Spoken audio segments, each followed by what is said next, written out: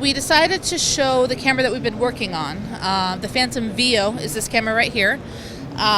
It's not launched yet, so this is really a sneak peek of what we've been working on. You know, we thought we'd show everybody, try to get some feedback, and you know, so far it's been pretty well received. You know, so we didn't do any big announcement this year or anything like that, but you know, this is pretty much the new thing that we have. So it is a, you know, we make Phantom high-speed cameras, so this is our next generation. It's going to be our next line of cameras. The VEO 640 will be the first model. This is it'll do HD resolution 1080p up to 2500 frames a second. The full resolution is 2560 by 1600. If you're familiar with the Flex 2K camera, it actually uses the same sensor as that. So it has the same spec sort of as the Flex 2K. However, it has more memory, so it can record for longer. It's 72 gigabytes of RAM. That's the maximum configuration. There'll be multiple versions.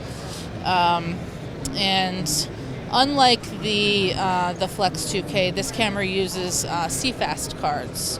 So what happens is you write to the RAM and then you transfer that to the CFast 2.0 card. And this is the regular industry standard CFast card. So that's something that's new. This camera also has on-camera controls. It has, you know, all the different inputs and outputs that you would need. It has 2 SDI ports. This is the first time we have an HDMI port on the camera as well. At similar specs, this will do, you know, where the Miro will do 3 seconds of real time, this will do like 15 seconds of real time. So, like I said, this is a prototype, but it is a working prototype. That's why we decided to have it. All right, so I'm going to put the camera in capture mode. And we do that just by holding down the trigger button here. And now it's looping. We're recording at 1500 frames a second at 2560 by 1440 resolution. All right, so I'm just going to pan a little bit here and then trigger. And now we can play back right away. All right, we're going to play back this take. And you can scrub through the recording and then start playing from here. And we should see some water coming out. Okay, so now this is the playback from the 1500 frames per second shot.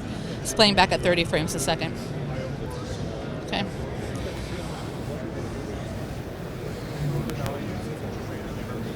You can set the frame rate, shutter, exposure index. Right now it's at 1600 ISO.